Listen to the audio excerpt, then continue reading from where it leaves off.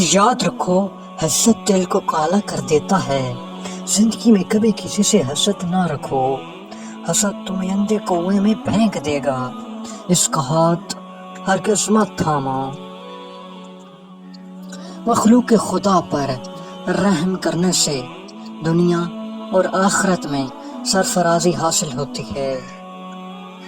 جو بندہ اس دنیا میں ظاہری حسن کو بڑھانے کی کوشش کرے گا، ہزار آفتیں اس کو گھیر لیں گی۔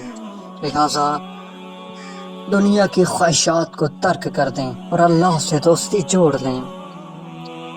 جب تک تم سب کچھ کھو نہیں دو گے، اپنا آپ ملنا مشکل ہے۔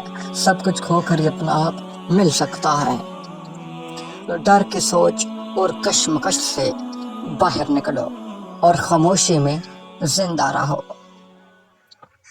انسان اپنے اندر چھپی ہوئی نفسیانی خواہش کی وجہ سے برے لوگوں میں ملغوب ہو جاتا ہے۔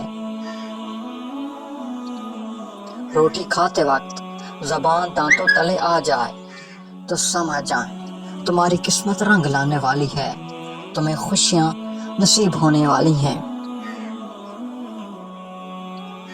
اگر عصمت چاہتے ہو تو دل میں نفرت کے بجائے محبت کا ٹھکانہ کرو۔ جو بندہ چاہتا ہے کہ جنت کی لذت پائے تو اس کو چاہیے کہ کسی ایسے بندے کی صحبت میں رہے جو اللہ کا ولی ہو، جس کی تہجد کی نماز بھی کبھی قضا نہ ہوئی ہو۔